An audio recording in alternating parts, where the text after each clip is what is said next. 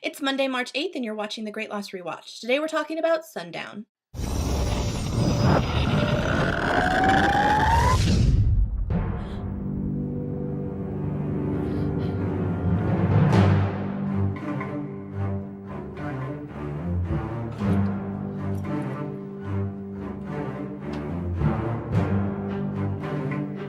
Most of us going into this episode thought it was going to be a Sun and Jin sideways stories, and the joke's on us. SAYID knocks on the door. He catches like a reflection of himself in the window and kind of takes pause of that, and he is not the first to do so in this sideways world. This house belongs to SAYID's brother and his brother's wife, who happens to be Nadia. SAYID says, "I'm a bad person. I don't deserve you." And at that point, I might have yelled really loudly to the television, "I love you, SAYID!" These men in a van come and take SAYID, and I'm glaring at the main guy talking, saying, "I know you from somewhere. Where do I know you from?" You would think I would learn after a while that if I recognize them in the Sideways universe, it's probably because they've been on our island universe. Of course, it's Omar from the freighter, and Kimi, as we learn, is not too far behind. Kimi wearing a very expensive watch that might have been delivered from a character that might be locked in a freezer, I don't know. SAYID has this chance to not be a killer, but of course he doesn't take it. And one could argue that SAYID's murderous ways in this universe seems to come from a more righteous place. He's doing it to protect his family. SAYID was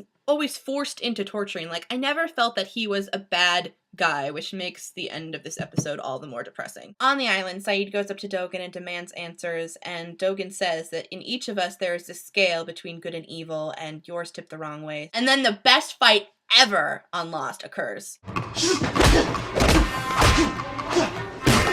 Claire, on orders from the smoke monster, comes to the temple and talks to Dogen and says that he wants to talk with you.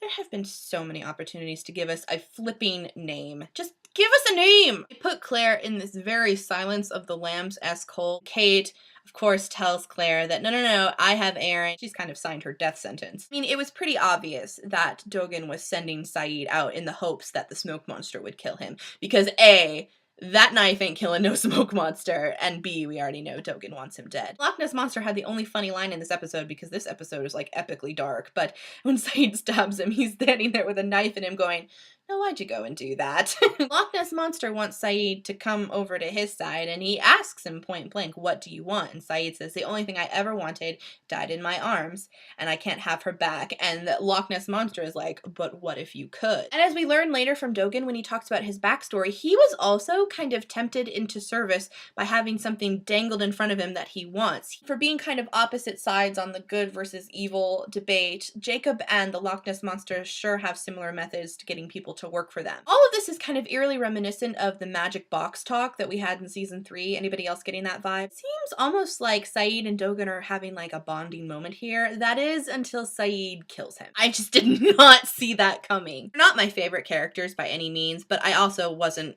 calling for their death like certain characters named Nikki and Paolo. You guys know, SAYID is my favorite character. I love SAYID. SAYID is gone. That's no longer the SAYID that I have known and loved. Ben, like, totally has this face, and he kind of slowly backs out of the room. He knows. If Benjamin Linus is scared of you, you are one scary mother.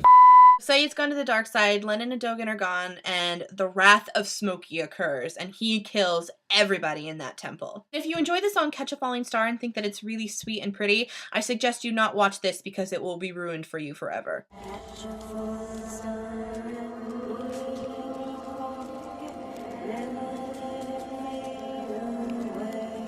Did you see the look on the Loch Ness Monster's face when Kate shows up?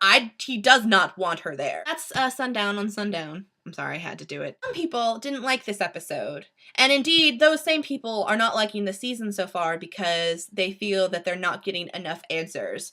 And to those people, I just have to say, shut the up. My advice is to just sit back and enjoy the ride, because as the promo to next week's episode Dr. Linus told us, we only have 10 more episodes until the 2-hour series finale. I mean, that's it. Lost is going to be over and we have to let it go. And I thought I was doing really well on that front, but then that promo came on telling me I only have so many episodes left, and I realized I am not doing well on that front. I'm kind of freaking out a little bit. We're gonna need to watch that again. Did you guys guys watch the Oscars last night? 2 Lost-related things there. 1, Michael Giacchino, who does the score for Lost, won an Oscar for Up, so congratulations. And 2, the guy who accepted the award for Best Documentary Feature for The Cove looked an awful lot like George Minkowski, don't you think? He is George Minkowski! I didn't know that George Minkowski produced a documentary film. Well, congratulations to him.